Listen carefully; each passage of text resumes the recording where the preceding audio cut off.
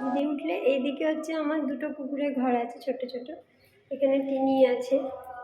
আয় টিনি আয়, টিনু আয়। এখানে এই একটা ঘর ছোট ছোট দুটো ঘর আছে। আর এই জায়গাটা দিয়ে গেলে এই আমার ছাদ। এই দেখুন এই জায়গাগুলো সব ফাঁকা ছিল, এই সাইডগুলো এগুলো সব গেঁথে দেওয়া হয়েছে।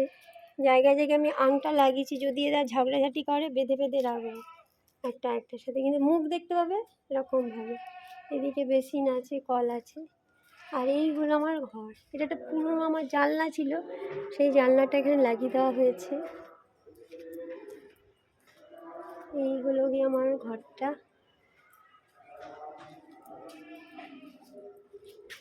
এইটা হচ্ছে যেখানে থাকবে লোক। এদিকে লাইট হয়ে গেছে, এদিকে একটা ডিম লাইট দিয়েছি, আর এটা বড় লাইট। রংটা বাকি আছে। এদিকে একটা ছোটো শেলফও করে দিয়েছি, এখানে একটা খাটিয়া জাতীয় কিছু পেতে আরামসে কেউ থাকতে পারবে। এই সুইচ বোর্ড আছে গেছে। এই হলো গিয়ে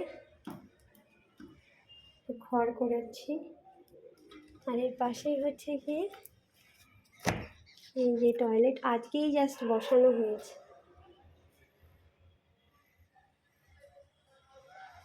কল এখানটা কাপড় রাখার হ্যাঙ্গারও লাগানো হয়ে গেছে। এই যে লাইট বসে গেছে এখানে, এটা লাইটের সুইচ এখান দিয়ে আছে। এই এখানে একটা লাইট আছে, এটা প্লাগ পয়েন্টের। আর এই যে ভেতরে লাইট। ছোটোর উপরে ঘরটা হয়েছে, আমার তো বেশ ভালোই লাগছে, খারাপ লাগছে না ঘরটা। এখানে একটু ফুলের ইটিক দিয়ে টপ টপ দিয়ে সাজিয়ে দিলে ভালোই লাগে। আর এই যে আমার এখানে ডগি শুয়ে আছে, বাকিটা এখনও খোলাই আছে। এই হলো আমার ছাদের ঘর। এইটা করতে 1,10,000 টাকা খরচা হয়ে গেছে।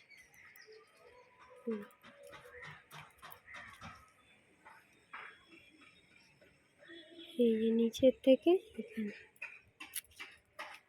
এবার রং টংগুলো করলে বাকিটা হবে। কেমন হলো আপনারা জানাবেন। এই হলো আমার ঘর।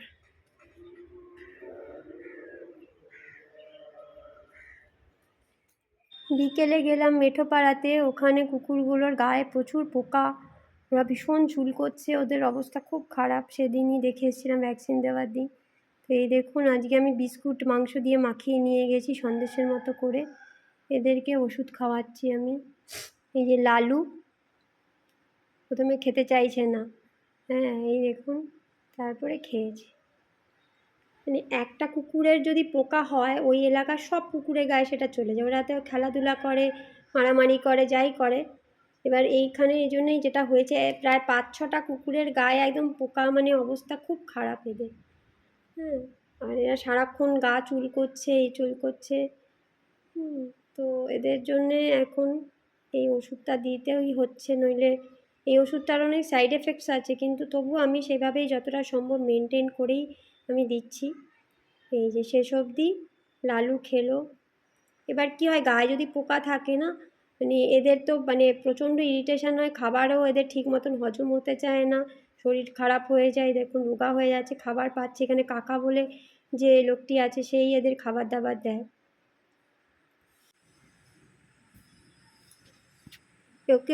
ওকে একটু ওষুধ দেব, এরকম করে আমি 4-5 জন আছি টোটাল।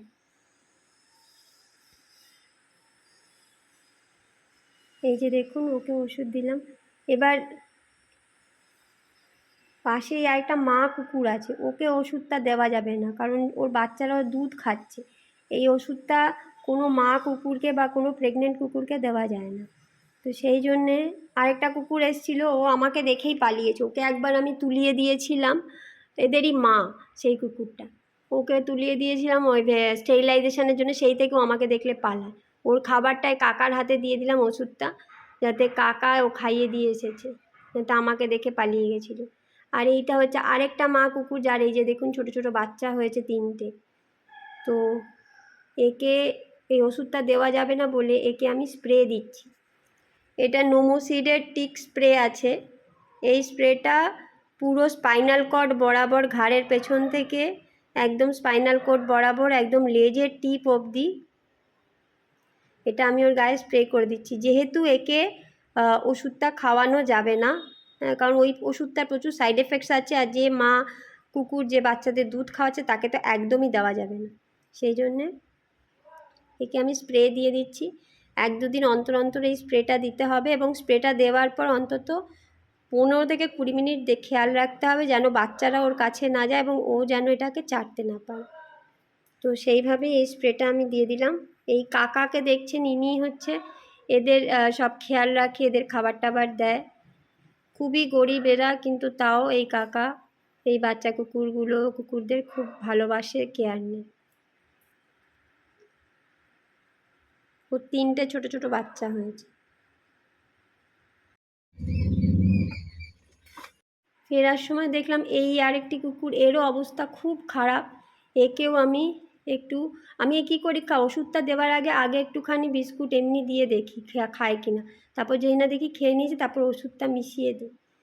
তো তাতে কি ওষুধটা নষ্ট হয় না। এর অবস্থা খুব খারাপ। আপনাদের আমি দেখাবো এর পরের ভিডিওতে এর কেমন হলো, একদম ভালো হয়ে যাবে। আর আমার বাড়িতে এই দেখুন ক্রেশে নতুন বেড়াল এসেছে, সিঙ্কি বলে। আর আমার এই যে নতুন যেটা কিনেছিলাম ওই ক্যাট ট্রি, ওর উপরে সিঙ্কিকে দেখুন কেমন লাগছে, এটা আপনারা জানাবেন। সিঙ্কির জন্য ও চিকেন খেতে খুব ভালোবাসে, সিঙ্কিকে চিকেন দেওয়া হয়েছে। সিঙ্কি এসছে সল্টলেক থেকে, 5 তারিখ অবধি থাকবে, তারপর আবার চলে যাবে। সিঙ্কি আমার রেগুলার বাচ্চা, প্রায়ই আসে, মাঝে মাঝেই মার কাছে ঘুরে যায়। মা না, সরি ভুল বললাম, মাসির কাছে ঘুরে যায়। এটা তো ওদের মাসির বাড়ি। আর এই হলো আমার ঘর। এখানে সিঙ্কির জন্য আবার ওর মা আবার ড্রাই ফ্রুট দিয়ে গেছে, ড্রাই ফ্রুটও অল্প অল্প খায়, তবে ও মাংস খেতে খুব ভালোবাসে। আর ওদিকে লিটার আছে, লিটারে পটি হিসি করে। তো সিঙ্কি হলো এইরকম দেখতে, খুব মিষ্টি বাচ্চা, বাট ও একটু অ্যাগ্রেসিভ। এর আগের বার কী হয়েছিল, ওর প্যারেন্টসরাই ওকে নিয়ে যাওয়ার সময় খাঁচায় ভরতে পারছিল না।